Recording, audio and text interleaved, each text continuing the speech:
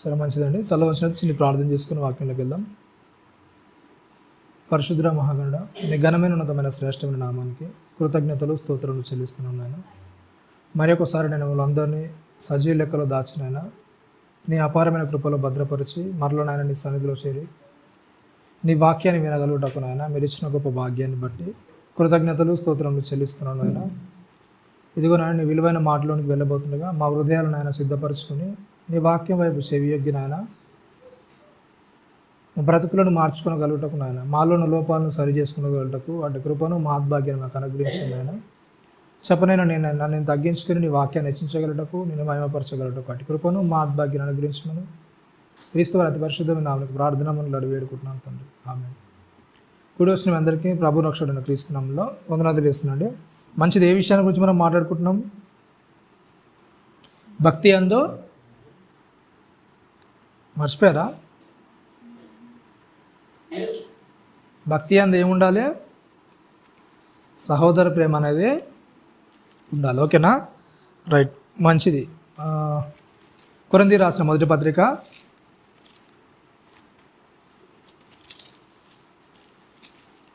13వ అధ్యాయంలో ప్రారంభవచనం నుంచి మాట్లాడతాడు కొన్ని విషయాలు. అక్కడ కొరింథీలు రాసిన మొదటి పత్రిక 13వ అధ్యాయం ప్రారంభవచనం నుంచి ఏంటంట?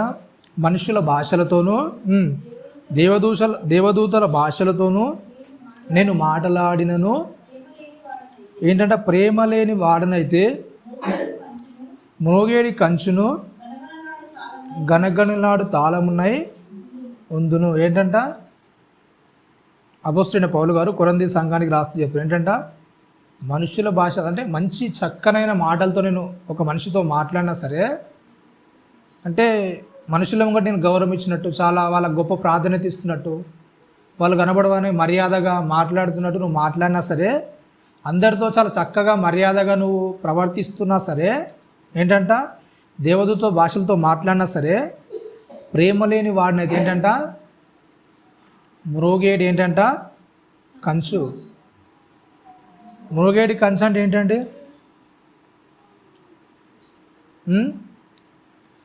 మోగేడి కంచు ఇంకేంటంట? గనగనలాడు తాళం నయ్యుందును. ఏంటంట? కంచు మోగినట్లు ఏంటంటే కొన్ని సందర్భాల్లో కవులు రాస్తే ఏంటంటే కంచు మోగినట్లు కనకాంబు మోగున విశ్వదాభిరామ వినుర్వేమ. అంటే కంచు ఎలాగైతే అది చూడడానికి ఎలా ఉంటుంది చెప్పండి? గుడిలో గంటలు ఉంటాయి కదా, ఆ గంట ఎంత శబ్దం వస్తుంది అది కొట్టగానే? చాలా శబ్దం అనేది వస్తుంది. అంత శబ్దం వచ్చినా సరే ఏమవుతుందంటే చెప్పండి, మనలో అంటే అంత పెద్దగా నువ్వు బయట గంభీరంగా ఈ గొప్పలు చెప్పుకున్నా సరే, నేను ఇది చేస్తాను అది చేస్తాను, నేను చాలా అంటే కింది వచ్చిన కొద్దిగా మాట్లాడుతుంటాడు. ఏంటంట? ప్రవచించు కృపావరం కలిగి మర్మములన్నయో జ్ఞానమంతో ఎరిగిన వాడినై కొండలను పెగిలింపగల పరిపూర్ణ విశ్వాసం గలవాడైనను ప్రేమ లేని వాడినైతే నేను వ్యర్థుడను. బీదల పోషణ కొరకు నా ఆస్తి అంతా ఇచ్చినను, కాల్చబడుటకు నా శరీరం అప్పగించినను ప్రేమ లేని వాడినైతే నాకు ప్రయోజనం ఏమీ లేదు. ఏంటంట? బీదల పోషణ కొరకు నా ఆస్తి అంతా ఇచ్చినను కాల్చబడటకంటే కింద ఫుట్ నోట్లో రాసింది ఏంటంట? ఏమని రాసింది కింద ఫుట్ నోట్లో?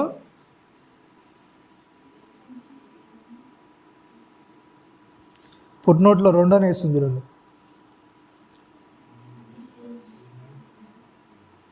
ఏంటంట?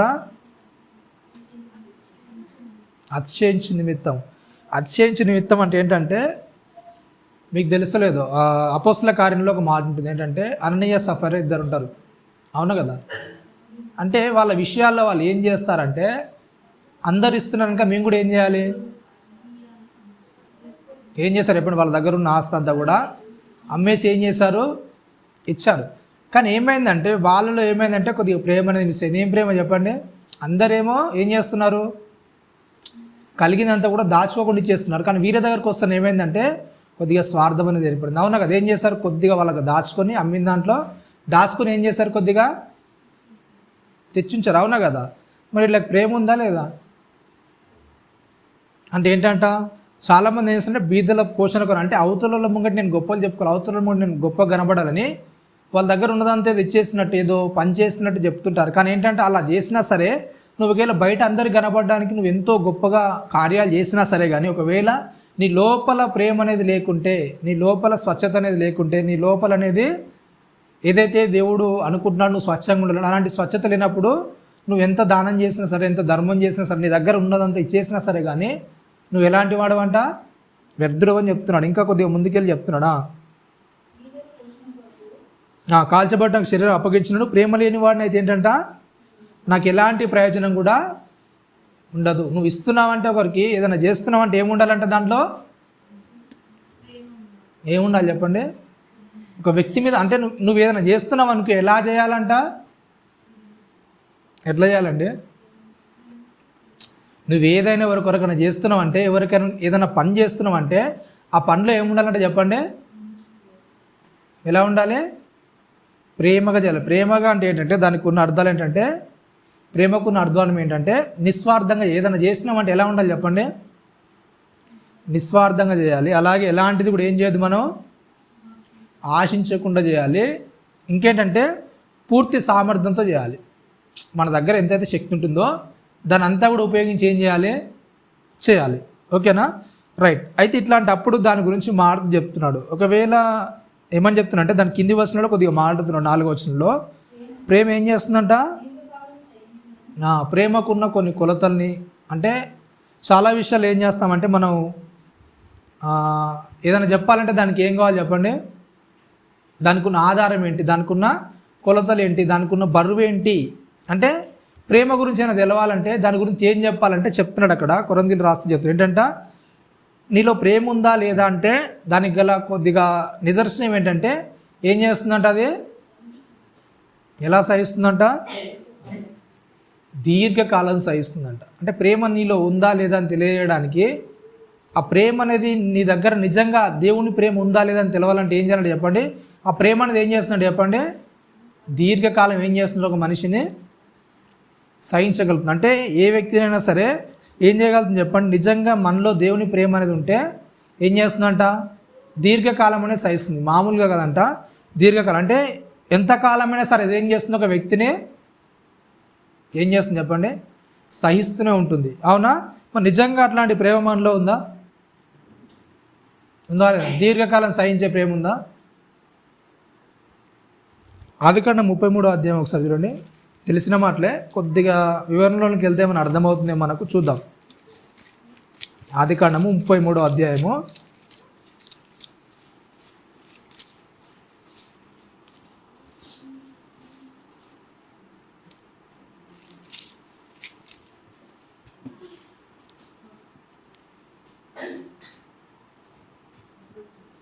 33వ అధ్యాయం ప్రారంభమవుతుందో చూడండి. యాకోబు కనులెత్తి చూచినప్పుడు ఏశావును అతనితో 400 మంది మనుష్యులను వచ్చుచుండిరి. అప్పుడు అతడు తన పిల్లలను లేయా రాహేలుకును 2 దాసీలను పంచి అప్పగించెను. అతడు ముందర దాసీలను, వారి పిల్లలను, వారి వెనుక లేయాను, ఆమె పిల్లలను, ఆమె వెనుక రాహేలును, యోసేపును ఉంచి తాను ముందర వెళ్ళుచు తన సహోదరుని సమీపించు వరకు 7 మార్లు ఏంటంటే నేలను సాగిలపడెను. అప్పుడు ఏశావు అతను ఎదుర్కొన్న పరిగెత్తి అతన్ని కౌగిలించుకుని అతని మెడ మీద పడి ఏంటంట ముద్దు పెట్టుకును. వారిద్దరు ఏంటంట కన్నీరు విడిచి ఏం చేశారంటండి, ఏమైందంటే చెప్పండి. అక్కడ వాళ్ళిద్దరి మధ్య, సహోదరుల మధ్య ప్రేమ ఏంటంటే, వాళ్ళిద్దరికి ఎప్పుడో చాలా రోజుల క్రితం ఏమైపోయింది, గొడవ అనేది అయింది.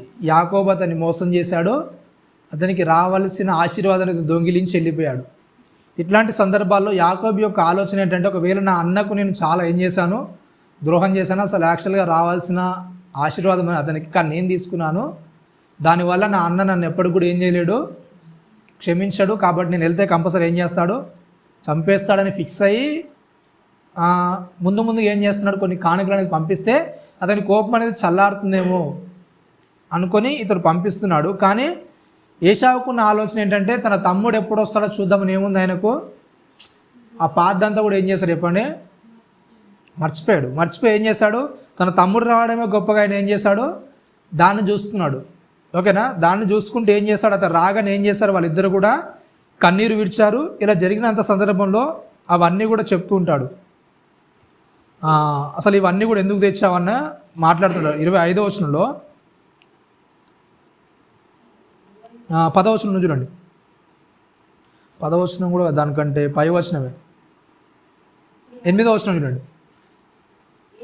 ఏశావు నాకు ఎదురుగా వచ్చిన ఈ గుంపంతయు ఎందుకని అడగగా అతడు నా ప్రభువు కటాక్షము నా మీద వచ్చుటకే అని చెప్పాను. అప్పుడు ఏశావు, సహోదరుడా, నాకు కావలసినంత ఉన్నది, నీది నీవే ఉంచుకొనుమని చెప్పాను. అప్పుడు యాకోబు, అట్లు కాదు, నా కటాక్షం నీ మీద ఉండేలా చిత్తగించి నా చేత కానుక పుచ్చుకొనుము. దేవుని ముఖం చూచినట్లు నీ ముఖం చూచి తిని, నీ కటాక్షం నా మీద వచ్చినది కదా. ఏంటంటే చెప్పండి, ఏమైందంట, యాకోబు గారి దగ్గర ఏదో అంటే ఏశావు గారి దగ్గర ఏదో దొంగిలించాను కాబట్టి దానికి సమాధాన పడాలంటే ఇవన్నీ కూడా నేను ఇచ్చేస్తున్నాను. ఏంటంట, నీకు నాకు ఎలాంటి ద్వేషం కూడా ఉండొద్దు. ఒకవేళ నా మీద ఏమైనా నీకు మోసం చేశాను అనే ఇబ్బంది ఏమైనా అనిపిస్తే ఏం చేయ చెప్పండి, ఇదంతా కూడా ఉంచేసుకో అన్నప్పుడు అక్కడ ఏశావు చెప్తున్నాడు ఏంటంటే, నాకు ఏది కూడా వద్దు, ఎందుకు నా దగ్గరనే చాలా ఉంది, నీది ఏది కూడా ఏంటి చెప్పండి, నాకు ఏది కూడా వద్దు, నాకు వద్దు, నీ దగ్గర నుంచి తీసుకుంది ఏది కూడా నాకు వద్దు అన్నప్పుడు యాకోబు బతిలాడుతున్నాడు. ఎందుకంటే నీకు నేను మోసం చేశాననే ఆ తప్పనేది, నా గిల్టీనెస్ అనేది నా లోపల ఇంకా అలాగే ఉంది. కాబట్టి అది తొలగిపోవాలంటే ఏం చేయాలి, నేను ఇచ్చేస్తా, తీసేసుకోవద్దు నాకు అని చెప్తున్నాడు. ఇలా అయినప్పుడు ఏమైపోయింది చెప్పండి, సర్లే అని తీసేసుకున్నాడు, ఇదంతా అయిపోయింది. రైట్. అయితే కొత్త నిబంధనలో ఒక మాట చెప్తున్నాడు యాకోబు గారు రాస్తూ, చూడండి ఒకసారి యాకోబు పత్రికలో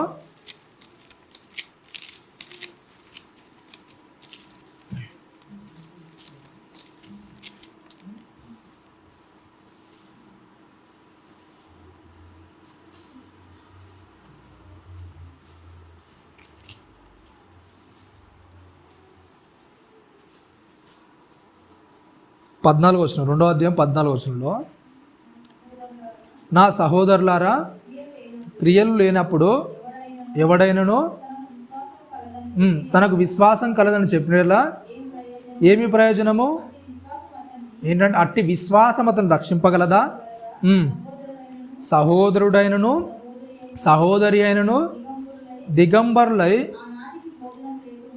ఏంటంటే ఆనాటికి భోజనం లేక ఉన్నప్పుడు మీలో ఎవడైనను శరీరము కావలసిన వాటిని ఇయ్యక ఏమని చెప్తున్నాండి, సమాధానంగా వెళ్ళండి, చలిగాచుకునుడి, తృప్తి పొందండి అని చెప్పినడలా ఏమీ ప్రయోజనము. ఏంటంట, ఏమని చెప్తున్నాండి యాకోబు గారు ఇక్కడికి వస్తారనే చెప్తున్నారు. ఏంటంట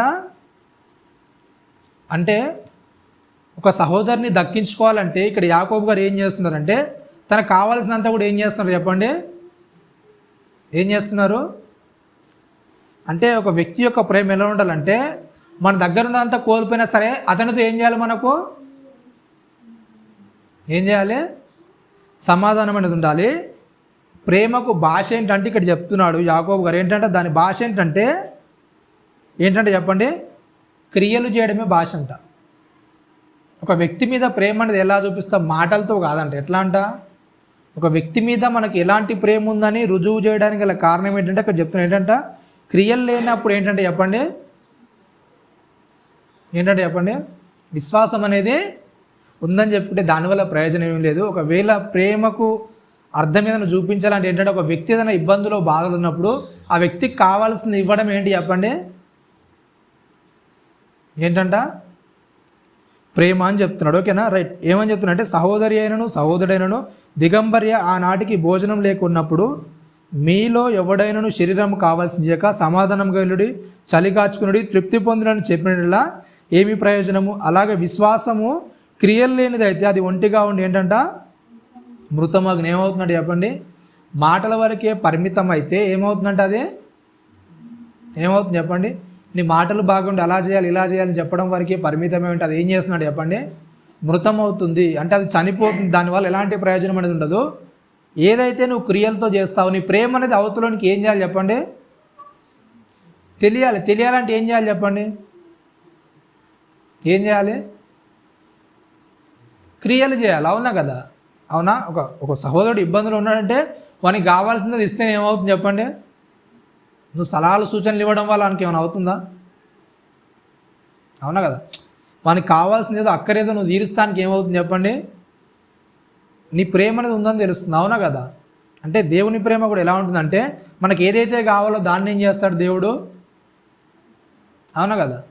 ఏదో ప్రయోజనాలు సూత్రాలన్నీ చెప్పి వదిలేడు, కానీ ఏంటి మనకు కావాల్సిన కొరత లేదుందో దాన్ని తీర్చేసి ఆయన ప్రేమను చూపిస్తాడు. అలాగే అలాంటి ప్రేమని మనలో కూడా ఏం చేయాలి, ఉండాలి. కాబట్టి ఏంటంటే ఏదైతే వాళ్ళకి అవసరం ఉన్నాయో అలాంటి ఇవ్వకుండా మనం ఏదో మాటలతో చెప్తే అదేంటంట పరిపూర్ణమైన ప్రేమ కాదు అని చెప్తున్నాడు. ఓకేనా, రైట్. ఇక్కడ ఏమంటుందంటే సహోదరుల మధ్య అంటే ఏదైతే బయట వాళ్ళ విషయాల్లో కొద్దిగా మనం ఎలాగైతే ఉంటామో కానీ ఇంట్లో వాళ్ళ పరిస్థితి వస్తే నిజంగా అలాంటి ప్రేమలో మనం ఉన్నాం, మరి ఉన్నారు లేదండి.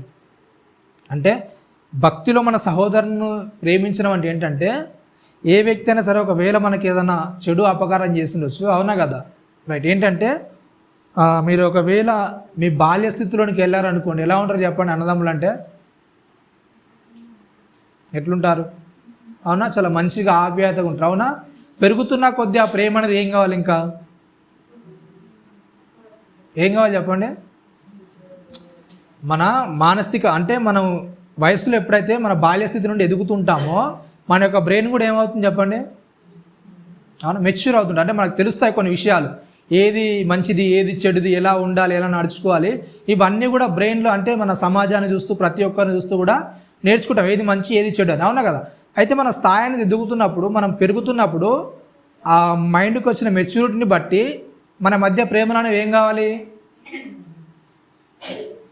చెప్పండి, పెరగాలి, అవునా కదా. మన మధ్యలో ఉన్న ప్రేమలు అనేవి ఏం చేయాలి చెప్పండి, మన బ్రెయిన్ యొక్క మెచ్యూరిటీని బట్టి అవి పెరుగుతూ ఉండాలి. కానీ ఏమవుతున్నాయి చెప్పండి, ఏమైపోతున్నాయి, ప్రేమ అనేది ఏమైపోతుంది చెప్పండి, తగ్గిపోతూ వస్తుంటుంది, అవునా కదా, అవునా. బయట వాళ్ళ విషయాలు పక్క పెట్టేసానికి ఇంట్లో ఉన్న ఒక సహోదరుల మధ్యనే ఏమవుతుంది చెప్పండి, నిజంగా ప్రేమ అనేది ఏం చేయలేకపోతుంది, అవునా. నిజంగా ఒక ఇంట్లో కుటుంబంలో పెరిగిన వాళ్ళ మధ్యలోనే ఆ ప్రేమ అనేది సరిగా ఉండలేకపోతుంది, అవునా కదా. వాళ్ళంటే వీళ్ళకి పడదు, వీళ్ళంటే వాళ్ళకి పడదు, అవునా కదా.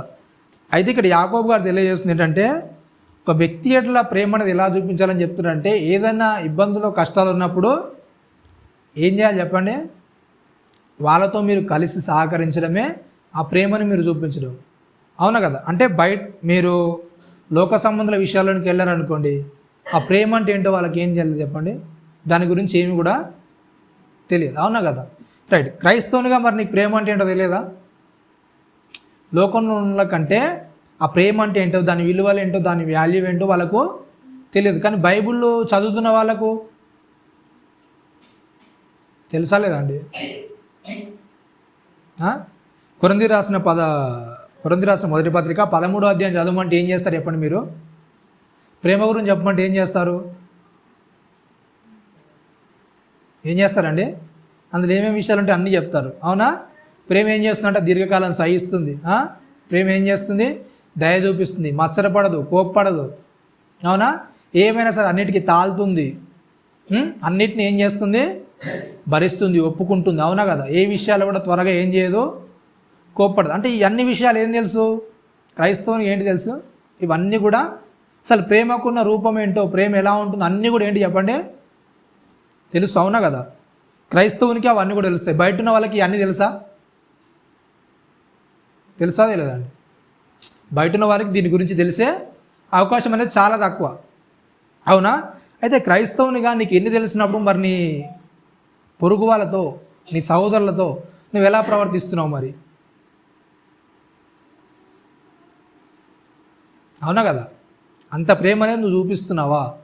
అంటే దేవుడు కోరుకున్నంత ప్రేమ అనేది నువ్వు చూపించగలుగుతున్నావా? చూపిస్తున్నారు లేదా అండి? ఏంటంట, ఒకవేళ నీ సహోదరుడైనను దిగంబర ఆనాటికి భోజనం లేక ఉన్నప్పుడు మీలో ఎవడైనాను శరీరం కావలసిన యొక్క సమాధానం గెలిడి చలిగాచుకునుడి తృప్తిపడని చెప్పినట్లు ఏం ప్రయోజనము? అవునా? అంటే మన సొంత సహోదరులు మనకు కావాల్సిన వాళ్ళు ఏదో ఆపదలు ఉంటే మనం వెళ్ళకుండా సర్లే వానితో నాకేంటి, వానికి నాకు మాటలు, వానికి నాకు తెగదెంపులు అయ్యాయి. అవునా కదా? ఇట్లాంటి పరిస్థితుల్లో ఉంటే, అంటే నువ్వు క్రైస్తవునిగా ఉంటే, నువ్వు ఇలాంటి వానిగా ఉంటే బయటలో పరిస్థితి ఎలా ఉంటుంది? అవునా కదా? లోకంలో కంటే ఇవన్నీ కూడా తెలియదు, కానీ క్రైస్తవునికి ఏం చేయాలి చెప్పండి? దాని యొక్క విలువలని ఏం చేయాలి చెప్పండి? మనకు తెలియాలి. ప్రతి ఒక్కరితో కూడా, అంటే బైబిల్ ఏమని చెప్తుంటే ప్రతి ఒక్కరితో ప్రేమగా నడుచుకోవాలి. అయితే ప్రతి ఒక్కరితో నువ్వు నడుచుకోవాలంటే ఫస్ట్గా ఏం చేయాలంటే నీ రక్త సంబంధీయులు ఏం చేయాలి? ఫస్ట్గా ఏం చేయాలి చెప్పండి? వాళ్ళతో ఎక్కువగా ప్రేమ అనేది కలిగి ఉండాలి. అవునా కదా? బయట ఉన్న సహోదరులు వస్తారో రారో తెలియదు. అవునా కదా? కొన్ని విషయాలు మనకు ఏమైనా ఇబ్బందులు కలిగినప్పుడు వాళ్ళు వస్తారో లేదో తెలియదు, కానీ రక్త సంబంధులు అయితే ఎలాంటి పరిస్థితులైనా సరే ఏం చేయాలి? వాళ్ళు ఏం చేయాలి చెప్పండి? కంపల్సరీగా ఏం చేయాలి? రక్త సంబంధం అంటేనే వాళ్ళు నువ్వు ఏ పరిస్థితులు ఉన్నా సరే ఏమైందని తెలిసింది అనుకోండి, వాళ్ళు కంపల్సరీగా ఏం చేయాలి? రావాలి. అయితే అట్లాంటి వారి ఎడల నీ ప్రేమ అనేది ఎలా ఉంటుంది మరి? వాళ్ళతో నీ ప్రేమ అనేది నీ మెచ్యూర్ పెరిగే కొద్దీ వాళ్ళతో ప్రేమ అనేది పెరిగిందా, లేకుంటే ఇంకా తగ్గుతూ వస్తుందా? తగ్గుతూ వస్తుందా, పెరుగుతుందా అండి? అయితే బైబిల్ ఏమని చెప్తుందంటే కంపల్సరీ ఏం చేయాలి? ప్రేమ అనేది మనలో ఏం చేయాలంట? పెరగాలి. ఎప్పుడైతే మనం అయితే ఎబ్రీ గ్రంథకర్త రాస్తూ చెప్తాడు ఏంటంటే సహోదర ప్రేమ అనేది ఎలా ఉండాలంట? నిలువరంగా ఉండాలని చెప్తాడు. 13వ అధ్యాయంలో ప్రారంభోత్సవంలో చెప్తాడు ఎబ్రీ గ్రంథకర్త ఏంటంటే సహోదర ప్రేమ ఎలా ఉండాలంట? నిలువరం. ఎలాంటి పరిస్థితులు ఉన్నా సరే, మీకు ఎలాంటి ఇబ్బందులు ఉన్నా సరే అవన్నీ ఫస్ట్ పక్క పెట్టేసేయండి. సహోదరులుగా మీరు ఉన్నారంటే మీ ప్రేమ ఎలా ఉండాలి చెప్పండి? ఎప్పటికీ ఒకేలాగా, ఒకరంటే ఒకరికి ప్రాణం, అంటే ప్రాణ స్నేహితులు అంటారు కదా, ప్రాణమిత్రులు అంటారు కదా. అంటే ఎవరికైనా సరే ఏం చేయాలి చెప్పండి? యేసుక్రీస్తు వారు కూడా చెప్తారు ఆ మాట. మనం లోకంలోనికి రాకముందు యేసుక్రీస్తు వారు చెప్పిన మాట ఏంటంటే మీ సహోదరుల నిమిత్తం నేను ఏం చేశాను? ప్రాణం పెట్టాను. మీరు కూడా ఏం చేయాలి చెప్పండి? ప్రాణం పెట్టడం అంటే ఏంటి అసలు? ప్రాణం పెట్టడం అంటే ఏంటండి? తెలుసా లేదు అసలు? ప్రాణం పెట్టడం అంటే చనిపోవడమా? ప్రాణం పెట్టడం ఏంటంటే మీకు యాకోబు ఏశావు సందర్భం ఎందుకు చూపించానంటే యాకోబు గారు ఎంతో కష్టపడి ఏం చేశాడు చెప్పండి? ఏం చేశాడండి? అంత మందను, అంత ఆస్తిని ఆయన ఏం చేశాడు చెప్పండి? సంపాదించుకున్నాడు. ఓకేనా? సంపాదించుకున్న ఆయన అతని అన్న కానికి ఇవ్వాలంటే అతను ఏం చేయాలి? అంతా కూడా ఏం చేయాలండి? కానుక ఇస్తున్నాడు. అవునా కదా? అవునా? మనం ఏదైతే సంపాదించుకుంటామో దాని మీద ఏముంటుంది చెప్పండి? మనకు ఏముంటుందండి? ఉంటుందా? మనం సంపాదించుకున్న ఆస్తి మీద కానీ ఇంకేదైనా దాని మీద కానీ మన ప్రాణం ఉంటుందా? అట్లాంటిది వేరేటోనికి ఇవ్వాలంటే ఏమవుతుంది చెప్పండి? ఏమవుతుందండి? నేను అంతా సంపాదించి వాడు జల్సాగా తిరుగుతుంటే నేను ఖర్చు పెట్టాలా, నేను ఇవ్వాలా? వాడేమో దుబారా ఖర్చు పెడుతుంటాడు, నేనేమో కష్టపడి సంపాదించినంత పోగు చేసినంత కూడా వానికి ఏం చేయాలండి? ఇచ్చేయాలా? ఏంటంట? కానీ యేసుక్రీస్తు వారు ఏం చేశారండి చెప్పండి? ఏం చేశారండి? ప్రాణం పెట్టడం అంటే ఏంటంటే ఏదైతే మనకి ఇష్టంగా ఉంటాయో, ఏదైతే మనకు అవి ఇష్టం అనిపిస్తాయో అట్లాంటిది ఒకవేళ మనం మన సహోదరుల నిమిత్తం వదులుకోవాల్సి వస్తే అట్లాంటి పరిస్థితులు ఏం చేయాలి చెప్పండి? నీకు నీ వస్తువులు ముఖ్యమా, అంటే నీ ప్రాణం ముఖ్యమా, నీ సహోదరుడు ముఖ్యమా? అంటే ఏం ముఖ్యమై ఉండాలి? మరి మనకు సహోదరులు ముఖ్యమవుతారా, మన ప్రాణం ముఖ్యమవుద్దా? ఏం ముఖ్యమవుతాయి చెప్పండి? నీ ప్రాణం విలువైందా, నీ సహోదరుడు విలువైన వాడంటే మనం దేనికి ఇస్తాం విలువ? దేనికి ఇస్తామండి? ప్రాణానికి ఇస్తారా, సహోదరులకు ఇస్తారా? ఏం కావాలి చెప్పండి? రైట్. మీకు ఆస్తులు కావాలా, మీ సహోదరులు కావాలంటే ఏం చేస్తారు చెప్పండి?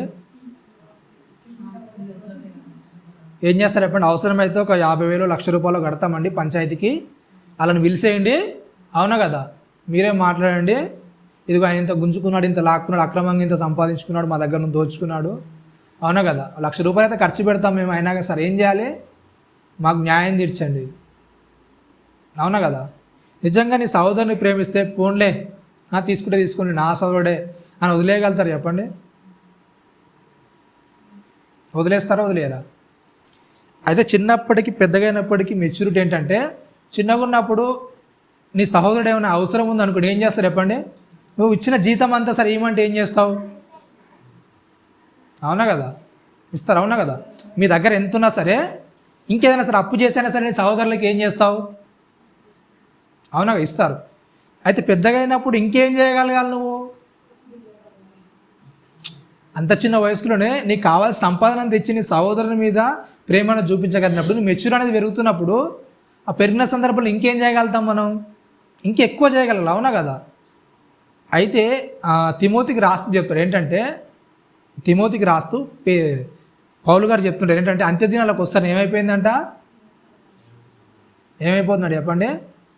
ప్రేమ చల్లారిపోతున్నాడు. దేన్ని బట్టి అంటే స్వార్థాన్ని బట్టి, మనిషికున్న స్వార్థాన్ని బట్టి. నాకెలా, నేనెలా. అవునా కదా. అంటే బైబిల్ ఏమని చెప్తుందంటే, ఒక వ్యక్తి మధ్యలో ఏముండాలి చెప్పండి? వ్యక్తిని ఎప్పుడైతే ప్రేమించడం నేర్చుకుంటాడో, వ్యక్తిని ఎప్పుడైతే ఆ ప్రేమ అనేది పెరుగుతుంటుందో, ఏ వ్యక్తి కూడా ఏ వ్యక్తిని ఏం చేయడు చెప్పండి? మోసం చేయాలనే ఆలోచన రాదు. అవునా కదా. మీకు ఒక చిన్న విషయం చెప్తే ఏంటంటే, మీకు ప్రస్తుతం ఒక షాప్ ఉందనుకోండి, ఒక షాప్ మీరు నడిపిస్తున్నారు అనుకోండి. అవునా కదా. మీకు తెలిసిన వాళ్ళు మీ దగ్గరకు వచ్చారనుకోండి, అవునా, మీరు అమ్మాల్సిన వస్తువు ఎంతకి ఇస్తారు చెప్పండి? మీకు బాగా తెలిసిన వాళ్ళు కావాల్సిన వస్తువు ఎంతకి ఇస్తారు? మీరు ఎంతకి ఇస్తారండి? షాప్ మీదే, ఎంతకి ఇస్తారు మీరు? అవసరమైతే ఫ్రీకి ఇస్తారు. లేకుంటే మీకు ఏదైతే రేట్ వస్తుందో ఏం చేస్తారు? అందరికి అట్లనే ఇస్తారా? ఇస్తారా ఎరా? ఏం చేస్తాం మరి అందరి దగ్గర? ఏం చేస్తాం? కొద్దిగా ఎక్కువ తీసుకోవడానికి ఇష్టపడతాం. అవునా కదా. అంటే మనకు లాభం రావాల్సిన దానికంటే కూడా ఇంకెక్కువ ఏమైనా వస్తుందేమో అని దాని గురించి ఏం చేస్తాం? ఆలోచిస్తారు. అయితే బైబిల్ ఏమని చెప్తుందంటే ఏంటంటే, మీరు ప్రతి ఒక్కరిని కూడా ఏం చేయాలంట? ప్రేమించాలని చెప్తుంది. ఎప్పుడైతే ప్రతి ఒక్కరిని ఎలా ప్రేమిస్తామంటే, మనకి ఏదైతే రావాలో, ఎంతైతే రావాలో అంతే తీసుకొని ప్రతి ఒక్కరు కూడా ఏం చేయాలి? ఏం చేయాలండి? సమానంగా ఇవ్వగలగాలి. అవునా కదా. అయితే ఎప్పుడైతే అట్లా మనం చేస్తామో ఏం చేస్తున్నట్టు మనం? అవునా కదా. అంటే ఒకరి దగ్గర ఎక్కువ, ఒకరి దగ్గర తక్కువ తీసుకున్నట్టు నువ్వు ఏం చేస్తున్నట్టు?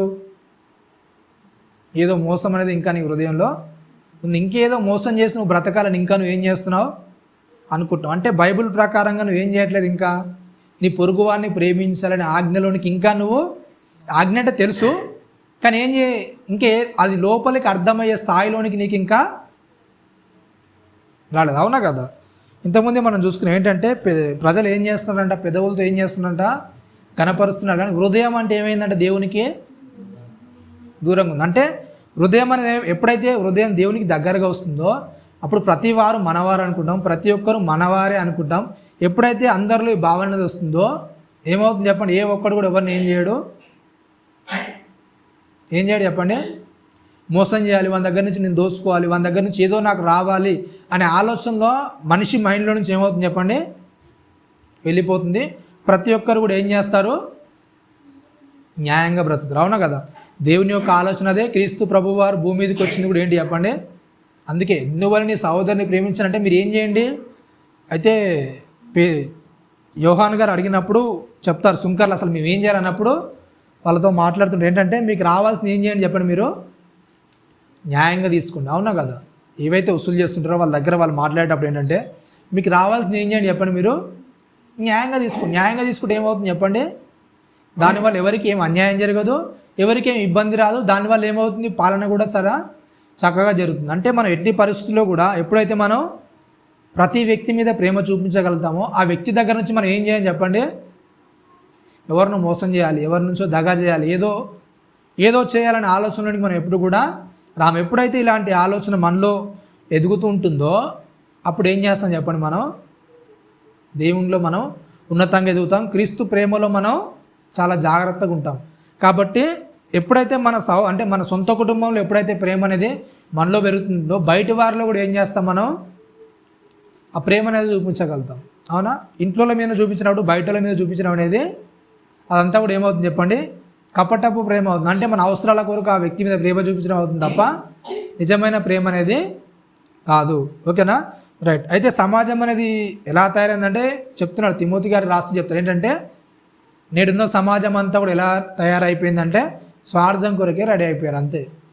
ఎవరి మధ్యన కూడా ఏం లేవు, ప్రేమ అనేది లేదు. అదంతా కూడా ఏమైపోయింది చెప్పండి, చల్లారిపోయింది. అవునా కదా? సమాజం అంతా కూడా ప్రేమ అనేది ఎవరిలో కూడా లేదు. అవునా కదా? నిజంగా మీరు అందరి ఏడలా ఒకే ప్రేమను చూపించగలుగుతారా? చూపిస్తారా లేదండి? అంటే మీ చిన్ననాటిలో ఉన్న ప్రేమ మీ పెరిగే కొద్దీ అది అభివృద్ధి చెందిందా? మీ ప్రేమ అనేది చెందిందా లేదా? ప్రేమకి ఏంటంటే ఎత్తు, పొడవు, లోతు ఏంటంట వెడల్పు ఉంటుంది. అవునా? ప్రేమకి ఏంటి పొడవు, ఎత్తు, లోతు అలాగే వెడల్పు ఉంటుంది. అయితే వీటిలో ఎప్పుడైతే మనం విస్తరిస్తుంటామో అప్పుడు ఏం చేస్తామంటే ఆ ప్రేమలో మనం అభివృద్ధి చెందుతాం. అవతల వారి దృష్టిలో మనం చాలా జాగ్రత్తగా, అంటే ఎవరిని మోసం చేయకూడదు, ఎవరిని అన్యాయం చేయకూడదు, ఎవరిని కూడా నొప్పించకూడదు అనే స్థాయిలోనికి మనము వెళ్తుంటాం. ఎప్పుడైతే ఇట్లాంటి పరిస్థితిలోనికి వెళ్తామో ప్రతి ఒక్కరితో కూడా ఏం చేస్తాం, మనం క్రియలు చేయడానికి ఇష్టపడతాం, మాటలు కాదు. ఓకేనా? ప్రతి ఒక్కరితో కూడా మన క్రియల ద్వారా మనం అవతలకు చెప్పడానికి మన ప్రయత్నం అనేది జరుగుతుంది. కాబట్టి ఏంటంటే ప్రతి పరిస్థితుల్లోనూ ఏం చేయాలి చెప్పండి, ఏం చేయాలంట, సహోదరుల మధ్య ప్రేమ అనేది మనం చూపించడానికి సిద్ధంగా ఉండాలి. ఆ ప్రేమ అనేది ఎలా ఉండాలంటే క్రియలతో ఉండాలి. ఎట్లా ఉండాలి చెప్పండి? క్రియ అంటే మనం చేసే విధంగా ఉండాలి, చేసి వాళ్ళకి చూపించి ఆ ప్రేమ అనేది చూపించే విధంగా ఉండాలి. అయితే చేయడంలో కూడా ఏమని చెప్తున్నారంటే కొరింథీ రాసిన పత్రికలో, ఒకవేళ మీరు నిజంగా లోపల ప్రేమ అనేది లేకుంటే అలా చేసినా కానీ ఏంటంట, ఏదో పైవాళ్ళు చూడడానికి మీరు ఇచ్చేస్తే అది నిజమైన ప్రేమ కాదు. కానీ మీరు ఇచ్చేది ఎలా ఉండాలంట, నిస్వార్థంగా ఉండాలి. ఏది కూడా ఆశించకుండా మీరు ఎప్పుడైతే అలా చేయగలుగుతారో అప్పుడు ఏమవుతుందంటే చెప్పండి, ఏమవుతుందంట 19వ వచనంలో యాకోబు పత్రిక 2వ అధ్యాయం 19వ వచనంలో, దేవుడు ఒక్కడే అని నీవు నమ్ముచున్నావు, అలాగూ నమ్ముట మంచిదే. ఏంటంటే దయ్యాలు కూడా ఏం చేస్తున్నాయంట, నమ్మి వణుకుచున్నవి. వ్యర్థుడా, క్రియలు లేని విశ్వాసము ఏంటంటే నిష్ఫలమైనదని తెలుసుకుని కోరుచున్నావా? మన పితరుడైన అబ్రహాము తన కుమారుడైన ఇస్సాకును బలిపీఠం మీద అర్పించినప్పుడు అతడు క్రియల వలన నీతిమంతుడని తీర్పు పొందలేదా? విశ్వాసము అతని క్రియలతో కూడా కార్యసిద్ధి కలుగజేసిననియు క్రియల మూలముగా అతని విశ్వాసం పరిపూర్ణమైనదని గ్రహించుచున్నాం కదా. ఏంటంటే చెప్పండి, ఏంటంటే ఏ విషయానైనా చేయాలంటే ఏం కావాలంటే చెప్పండి, క్రియలు అనేవి చేయగలగాలి. ఏదైనా సరే ఎప్పుడైతే దాన్ని చేయగలుగుతామో అప్పుడు ఏం చేస్తుంది చెప్పండి, పూర్తిగా అది నీతిగా మనకు ఎంచబడుతుంది.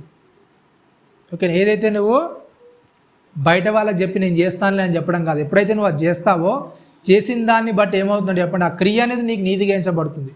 నువ్వు ఏదైతే చెప్తున్నావో దాన్ని చేయడాన్ని బట్టి ఏమవుతుందంటే అది నీకు నీతిగా ఎంచబడుతుంది. కాబట్టి నీ హృదయం ఏదైతే ప్రేరేపించబడుతుందో నీతికి, దానికి ఎప్పుడైతే మనం మరల్చబడతామో వాక్యం వినగానే ఏమవుతుంది చెప్పండి, మనం ఎవరిని మోసం చేయొద్దు, ఎవరిని ఏం చేయొద్దు,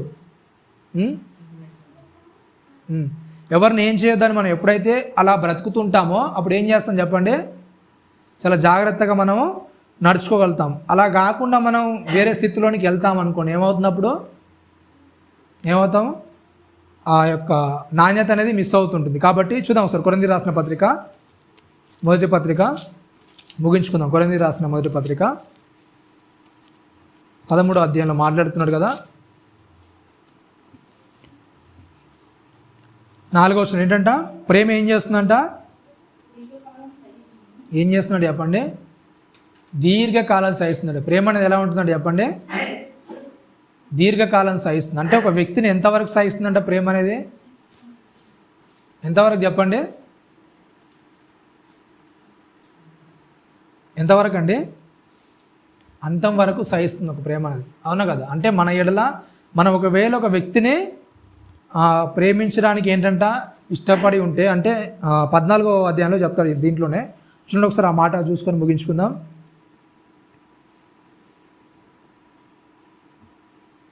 14వ అధ్యాయంలో దీంట్లోనే కొరింథీయులకు రాసిన మొదటి పత్రిక 14వ అధ్యాయంలో ప్రారంభవచనంలో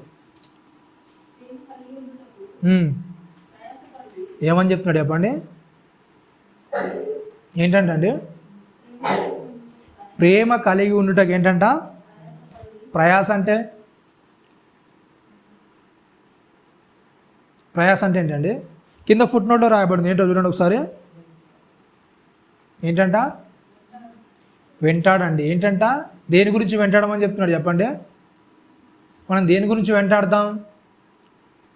బాగా సంపాదించుకోవాలి, బాగా ఉన్నతంగా బ్రతకాలి, బాగా ఏం చేయాలి, గొప్పగా బ్రతకాలి, అందరికంటే గొప్పగా నేను కనబడాలి. ఇలాంటి దాని కొరకు మనం ఏం చేస్తాం చెప్పండి. మనం పనిచేసేదైనా కష్టపడేదైనా దేని గురించి, మన ప్రయాస అంతా దేని గురించి చెప్పండి, గొప్పగా బ్రతకాలని. కానీ అపోస్తలుడైన పౌలు గారు ఏమని చెప్తున్నారంటే ప్రేమ కలిగి ఉండడానికి ప్రయాసపడాలని చెప్తున్నాడు. మీ కష్టం అంతా దేని గురించి చెప్పండి, దేని గురించి పడని చెప్తున్నారు, ప్రేమ కలిగి ఉండడానికి కష్టపడని చెప్తున్నారు. నిజంగా ఒక వ్యక్తిని ప్రేమించడం అంటే చాలా కష్టమా? కష్టమా లేదండి? ఏమని చెప్తున్నాడు ఇక్కడ కొరింథీ పత్రికలు చెప్తుంది ఏంటంటే ప్రేమ కలిగి ఉండడానికి ఏం చేయాలంట, ప్రయాసపడండి. అంటే దాని గురించి ఏం చేయండి, మీరు ప్రయాసపడండి. అంటే మనం అనుకున్నంత ఈజీగా ఒక వ్యక్తిని ప్రేమించడం అనేది ఏంటి చెప్పండి, సులభం కాదు. అంటే మన ప్రాణాలని కోల్పోవడం అనేది, ఒక వ్యక్తి కొరకు మనం ప్రాణాలని కోల్పోవడం అనేది ఏంటి చెప్పండి, అంత సులభమైన విషయం కాదు. దాని కొరకు మీరు ఏం చేయండి, ప్రయాసపడండి. అవునా కదా? ప్రతి వ్యక్తిని కూడా మనం గెలుచుకోవడానికి ఏం చేయాలంటే చెప్పండి, ప్రయాసపడాలంట. ఆ ప్రయాసపడాలంటే మనం ఏం చేయాలి చెప్పండి, మన ప్రాణాన్ని కోల్పోవడం అంటే ఏంటంటే మన మాటలు తగ్గించుకోవాలి. అవునా కదా? మన కష్టాన్ని ఏం చేయాలి, ఇవ్వాల్సి వస్తుంది. కొన్ని విషయాలు మనం అవమానపడాల్సి వస్తుంది. కొన్ని సందర్భాలు ఏం చేయాల్సి వస్తుంది చెప్పండి. అవునా కదా? ఎన్నో ఇబ్బందులు అనేది మనం ఎదుర్కోవాల్సి వస్తుంది. అట్లాంటి పరిస్థితులను దాటుకొని ఎప్పుడైతే మనం ప్రయాస పడగలుగుతామో, ఆ ప్రేమ గురించి ఎప్పుడైతే అంటే ఒక వ్యక్తిని ప్రేమించడానికి ఎప్పుడైతే అంత ప్రయాస మనం చూపించగలుగుతాం, ఏం చేస్తాం అప్పుడు వెలుగులో మనం నడుస్తాం. ఓకేనా? తన సహోదరుని ప్రేమించేవాడు ఏంటంట వెలుగులో నడిచేవాడు. ఎప్పుడైతే మన సహోదరుని అంటే అవతల వ్యక్తిని మనం ప్రేమిస్తామో మనం ఎక్కడ నడుస్తాం అంటే వెలుగులో నడుస్తాం. ఓకేనా? అట్లాంటి వెలుగులో మనం అందరు నడవాలని కోరుకుంటే చిన్ని మాటలు ముగిస్తున్నాం. తల వంచుకొని ప్రార్థించుకుందాం. పరిశుద్ధ మహాగరుడ, నీ ఘనమైన ఉన్నతమైన శ్రేష్టమైన నామానికి కృతజ్ఞతలు స్తోత్రములు చెల్లిస్తున్నాం. ఆయన విన్న మాటలు ఆయన మా హృదయంలో ఫలించి నీ కొరకు నేను అంటుకట్టబడి నీలో ఫలించగలుగుటకు అటు కృపను మహాద్భాగ్యాన్ని అనుగ్రహించండి ఆయన. అలాగే నాయన మిగిలిన ఆదివారాలనైనా మిగిలిన విషయాలు మాట్లాడుకునగలుగుటకు, మాలో ఉన్న లోటుపాట్లనైనా సరి చేసుకునగలుగుటకు అటు కృపను మహాద్భాగ్యాన్ని మాకు అనుగ్రహించమని క్రీస్తు వారి అతి పరిశుద్ధమైన నామమున ప్రార్థన మనల్ని అడిగి వేడుకుంటున్నాం తండ్రి. ఆమేన్.